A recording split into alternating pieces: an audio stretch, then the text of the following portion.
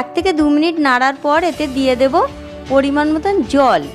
আমি এখানে 250 গ্রাম জল দিয়েছি, আপনারা চাইলে একটু বেশিও দিতে পারেন।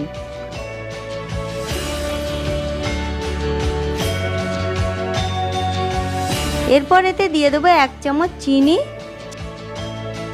চিনিটিকে সব কিছুর সাথে নেড়ে নিতে হবে।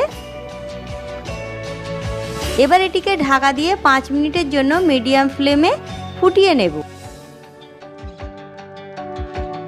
5 মিনিট পর ঢাকা খুলে আলু আর পটলের ডালনাটিকে নেড়ে নিতে হবে।